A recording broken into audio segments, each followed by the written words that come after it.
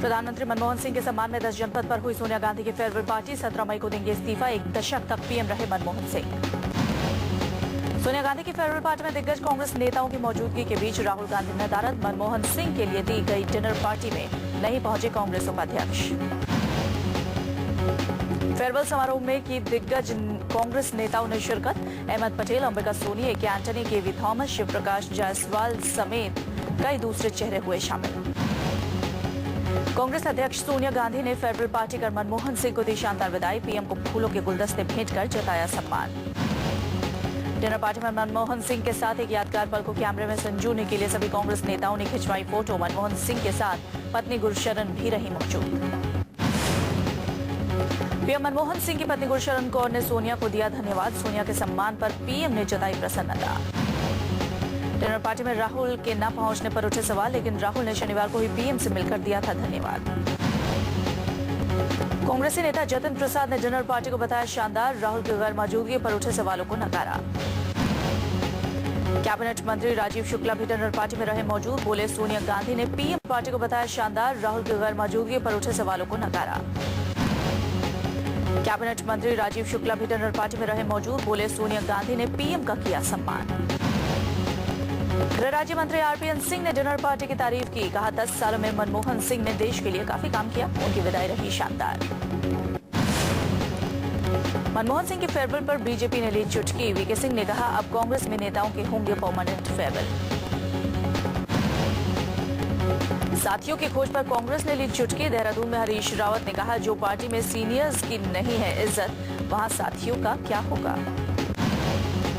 BJP का दावा, party को अकेले मिल जाएगी बहुमत। दिल्ली में शाहनवाज हुसैन ने कहा, साथियों से गठबंधन और होगा मजबूत। हरियाणा के मुख्यमंत्री ने माना, मोदी की लहर के सामने टिक नहीं पाई कांग्रेस। इस बार राज्य में नहीं मिलेगी 10 में से 9 सीट। कांग्रेस को लेकर भी बीजेपी और संघ में चल रही है मंथन। सूत्रों के मुताबिक होम मिनिस्ट्री के लिए राजनाथ, विदेश मंत्रालय के लिए सुषमा का नाम आगे, रक्षा मंत्रालय के लिए जेटली बीजेपी की पसंद।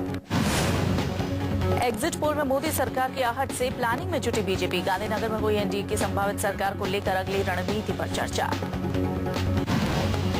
बैठक में बीजेपी के पीएम पद के उम्मीदवार नरेंद्र मोदी के साथ पार्टी प्रमुख राजनाथ सिंह, अरुण जेटली और नितिन गडकरी रहे मौजूद। आडवाणी की भूमिका पर असमंजस।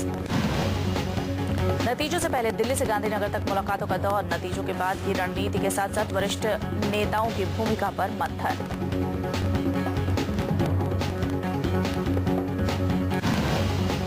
16 मई से पहले बीजेपी में कुर्सी पर घमासान। गांधीनगर के बजाय भोपाल पहुंची सुषमा। सिर्फ 4 लोगों के फैसले लेने पर उठाया सवाल।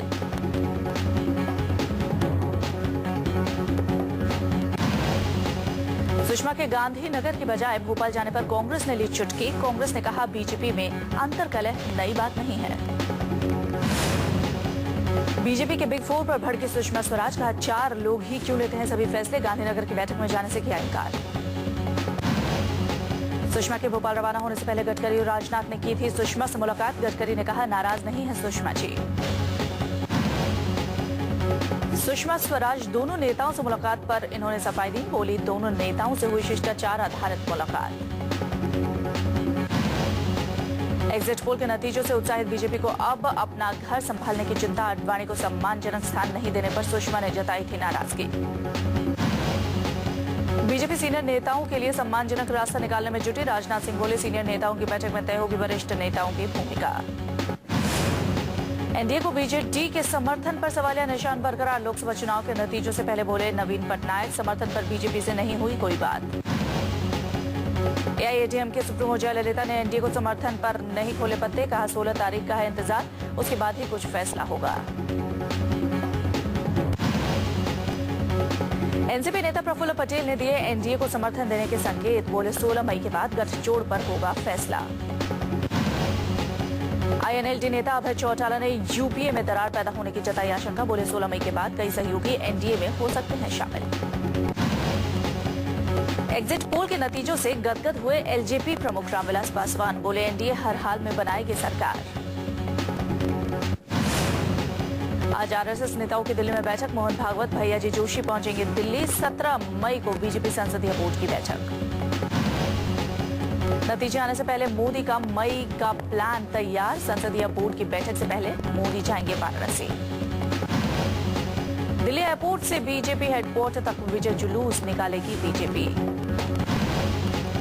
वाराणसी में मोदी की जीत से पहले शुरू हुआ मोदी का राज तिलक। हजारों साधु संतों ने मोदी की तस्वीर पर किया तिलक। ढोल नगाड़ों के साथ मोदी की तस्वीर पर राज तिलक। वडोदरा में मोदी समर्थकों ने बनवाया नरेंद्र मोदी का स्टैच्यू। अगर 16 मई के नतीजों में बीजेपी को मिला बहुमत तो बनेगा जश्न। आरएसएस ने भी किया किसी भी सर्वे कराने की बात से किनारा। बोले राम माधव, हमने नहीं करवाया कोई सर्वे। बीजेपी आरएसएस के पिछले दिनों सर्वे करवाने की थी खबरें। सर्वे के मुताबिक बीजेपी को 226 और एनडीए को मिल रही थी 259 सीटें। विवादित राम मंदिर मुद्दे पर भी बोले आरएसएस के राम माधव। कहा पहले सुप्रीम कोर्ट के जरिए करेंगे समाधान का प्रयास। बीजेपी नेता मेनका गांधी ने अटल बिहारी वाजपेयी के ड्रीम प्रोजेक्ट को बताया बकवास। कहा दुनिया में इससे बुरी योजना कोई नहीं हो सकती। मेनका ने कहा 2 नदियों को जोड़ा जाएगा तो नदियां हो जाएंगी खत्म। मोदी की नदियों को जोड़ने की योजना को लगा झटका। आरजेडी प्रमुख लालू यादव ने एग्जिट पोल पर उठाए सवाल। ट्वीट के जरिए लालू ने एग्जिट पोल को बताया गलत। दिल्ली में लेफ्ट नेताओं ने जंतर मंतर पर दिया धरना। बंगाल में वोटिंग के दौरान हुई हिंसा के खिलाफ प्रदर्शन। लेफ्ट के बड़े नेता धरने में हुए शामिल। नए आर्मी चीफ दलबीर सिंह सुहा की नियुक्ति पर बीजेपी ने जताया ऐतराज। कल यूपीए कैबिनेट ने नए सेनाध्यक्ष के लिए सुहा के नाम पर दी थी मंजूरी। चुनावी नतीजों को लेकर आश्वस्त शिवसेना। पार्टी नेता संजय राउत बोले तमाम एग्जिट पोल्स के अनुमानों से बेहतर प्रदर्शन करेगी शिवसेना। धराशायी होंगे एमएनएस की उम्मीदें। शिवसेना ने एनडीए को बहुमत मिलने का जताया भरोसा। एनसीपी के एनडीए में शामिल होने के संकेत पर उठाए सवाल। फैसला उद्धव ठाकरे पर टाला। नितिन गडकरी का बीजेपी अध्यक्ष बनने से इनकार। सूत्रों के मुताबिक गडकरी ने पार्टी और संघ को बताई अपनी राय। बीजेपी दोबारा सौंपना चाहती थी पार्टी की कमान। महिला जासूसी कांड मामले में कांग्रेस ने कबूली खुद की कमजोरी। पार्टी के मुताबिक मुद्दे को सही ढंग से उठाने में हुई चूक। मामले को लंबा लटकाना था गलत। आज कांग्रेस के प्रवक्ताओं की होगी बैठक। बैठक की अध्यक्षता करेंगे कांग्रेस महासचिव अजय माकन। कैबिनेट मंत्री राजीव शुक्ला ने एग्जिट पोल को नकारा। बोले 16 मई को एग्जिट पोल से अलग होंगे नतीजे। सूचना प्रसारण मंत्री मनीष तिवारी ने भी एग्जिट पोल को किया खारिज। बोले एग्जिट पोल कभी सही होता है तो कई बार गलत भी। वाहन की छत पर बैठकर रोड शो करने के लिए कांग्रेस उपाध्यक्ष राहुल गांधी पर 500 रुपए का जुर्माना। ग्वालियर ट्रैफिक पुलिस ने राहुल से वसूला जुर्माना। लोकसभा चुनाव के प्रचार के दौरान ग्वालियर में राहुल ने किया था रोड शो। 10 अप्रैल को हुए रोड शो में राहुल के साथ ग्वालियर संसदीय सीट से कांग्रेस प्रत्याशी अशोक सिंह भी थे बैठे। ग्वालियर ट्रैफिक पुलिस ने ग्वालियर से कांग्रेस प्रत्याशी अशोक सिंह से वसूला जुर्माना। एसपी प्रमोद वर्मा बोले सबके साथ एक जैसी कार्रवाई। कांग्रेसी नेता कमलनाथ ने 10 सालों के यूपीए सरकार की उपलब्धियां गिनवाई। बोले बीजेपी से बड़ी करप्ट कोई पार्टी नहीं। एनसीपी ने एनडीए में शामिल होने की खबर को कांग्रेस ने नकारा। एनसीपी हमेशा यूपीए के साथ। मुंबई बीजेपी ने भी शुरू की 16 मई की तैयारियां। कारीगर 2000 किलो लड्डू बनाने में जुटे। एग्जिट पोल के नतीजों से बीजेपी उत्साहित। नरेंद्र मोदी को बतौर पीएम दिखाने वाले भी लगे होर्डिंग्स। उत्तर प्रदेश के मेरठ के कई इलाकों में नजर आ रही तस्वीर। होर्डिंग्स पर भारतीय जनता पार्टी ने दी सफाई। कहा पार्टी के कार्यकर्ताओं ने नहीं, मोदी के चाहने वालों ने लगाई होर्डिंग्स। एग्जिट पोल के नतीजों से मुंबई के सर्राफा व्यापारियों में भी उत्साह। व्यापारियों को उम्मीद मोदी के आने से बाजार में आएगी रौनक। मोदी के आने से व्यापारियों को ही नहीं उपभोक्ताओं को भी मिलेगी राहत। सर्राफा व्यापारियों का दावा सोने के बाजार में होगा ज्यादा चमत्कार। यूपी के लखीमपुर खीरी में पुलिस के सामने फिल्मी धुनों से सजी महफिल। बारबालाओं के डांस से रोशन हुई रात। ठुमकों पर निहाल हुई खाकी। वर्दीधारी बारबालाओं के ठुमकों पर चारों खाने चित। लखीमपुर खीरी के सिगाही थाने में कार्यरत। खबर दिखाने के बाद कांस्टेबल निलंबित। लखीमपुर खीरी के एक व्यापारी के घर पर शादी समारोह के दौरान हुआ ये डांस। एसआई आशुतोष मिश्रा भी थे कार्यक्रम में मौजूद। आंध्र प्रदेश के हैदराबाद में झंडा जलाने के बाद दो गुटों में झड़प, हिंसा रोकने के लिए पुलिस ने की फायरिंग, 3 की मौत, 10 से ज्यादा घायल। इलाके में लगाया गया अनिश्चितकालीन कर्फ्यू, बुधवार को सुबह 5 बजे भड़की थी हिंसा, पुलिस की टीम को भी उपद्रवियों ने बनाया निशाना।